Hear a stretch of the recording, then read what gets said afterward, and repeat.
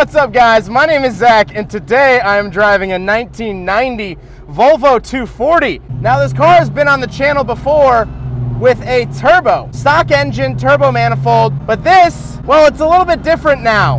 It has a 5.3 liter LM7 Chevy engine from a Silverado. This is LS swapped, baby. Now, I'll get Ethan, the owner, in here to talk about the LS swap a little bit later on, but I wanted to get my first reactions on camera before he gets in the car and sort of gather my thoughts a little bit. It already sounds so good. It sounds like a truck when you idle it, but of course the exhaust, once it picks up, you get that V8, and I guess third gear.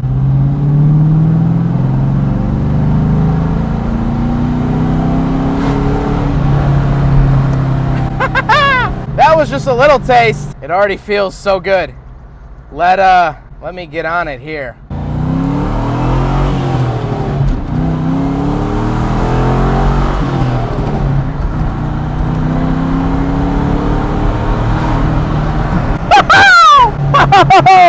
Oh, it sounds like a NASCAR when it takes off.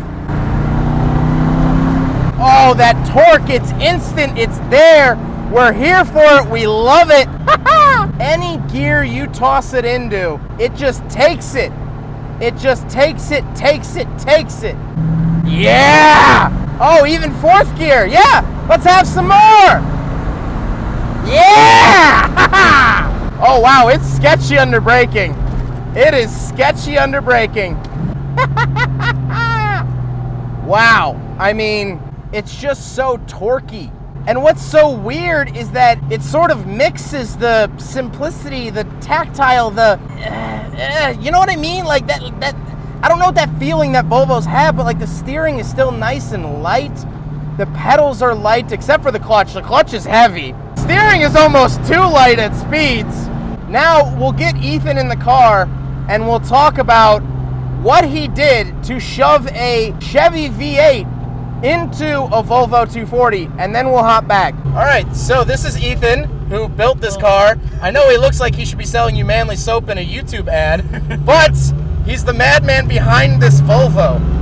What did you do to this thing? Well, for starters, it's a LM7, so the 5.3 truck motor. It has an AR5 5-speed out of a Chevy Colorado. And then it's a bunch of other little tasty bits. So kind of taking it from the top, it's a Walbro 450 in-tank fuel pump. We got rid of the Volvo pump, which the Volvos had it to where there was one in-tank, one under the car, so we got rid of that. There's a fuel filter there now. 3/8 AN fuel lines. We did, like I said, the AR5 transmission out of a Chevy Colorado. We got this adapter plate from this company called FabBot. So it's a 4L60E bell housing, a T56 clutch, and then the AR5 transmission. Moving up to the motor, LM7 5.3 truck motor, has a Trailblazer SS intake, 92mm throttle body, different alternator and power steering bracket, 2.5-inch custom exhaust to a single or a dual chamber muffler, and then it's all running on a Holley Terminator X standalone ECU.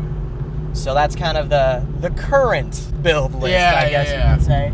So, but yeah, we, me and one of my buddies just decided we wanted to do this over winter, and really only worked on it on weekends, and that was really it. Just became this Frankenstein of a car. Oh yeah, check out Volvo Gravy Boys, right? Yes. Volvo Gravy Boys. Volvo Gravy Boys.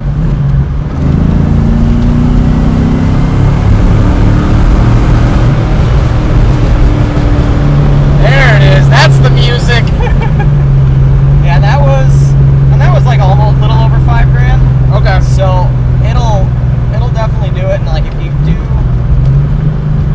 let's see if I can get to a reasonable speed without just giving it too much of the beans.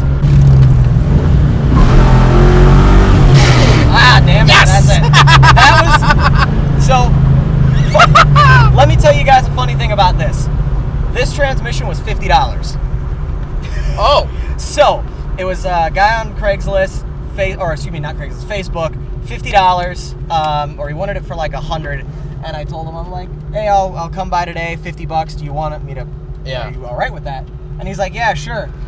So I got it knowing that it was semi-questionable. Yeah. So when you do those high RPM shifts, like if you, so we're in second, if you,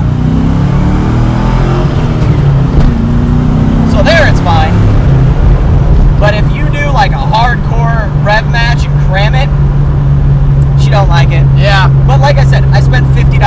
I can't be upset if something was wrong with it. And I'm just going to run this as is for as long as it'll take it. And in the meantime, just save up, and I want to get a T56. So if you want to see what this car used to be like, I do have a link in the description below, as well as at the end of the video, of my last review of this exact car. You can see the interior, you can see all the basic stuff, and see how much I loved that car. Well, this car, really. And so the only thing that's changed interior-wise is I do have a gauge for the ECU. It's giving me a bunch of readouts and stuff. And while the factory tachometer works, it's not super accurate anymore. But let's talk about, was this worth it? Was this all worth it? Was this all for nothing? Did Ethan ruin his 240? And the quick answer is, yes, this was worth it. This LS is at about maybe 300, 350 horsepower. My calibrated butt dyno is telling me around that sort.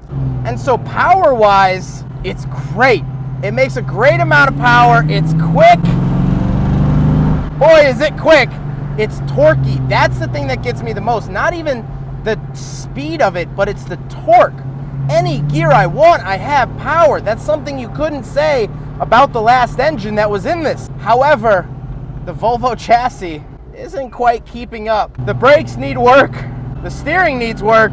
But at the end of the day, I have a healthy fear of this motor vehicle. I'm not scared to drive it, as you see me driving it now, but I do know that this thing could flip me off the road at any moment. Any moment it wants to, it can do it.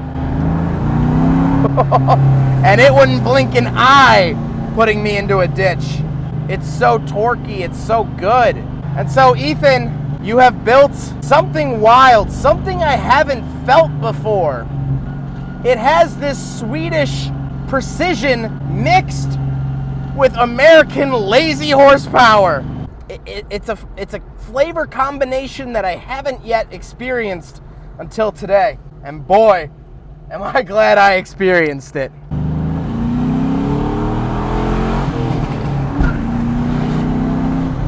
Oh, yes, baby, yes. Well, I hope you guys enjoyed the video. Huge thank you to Ethan for letting me take out his LS swapped Volvo 240. It's interesting. It's very, very interesting. And it's unlike anything I've ever driven before. But I hope you guys enjoyed the video. Don't forget to rate the video, comment on the video, and subscribe if you really liked it. Take care, guys.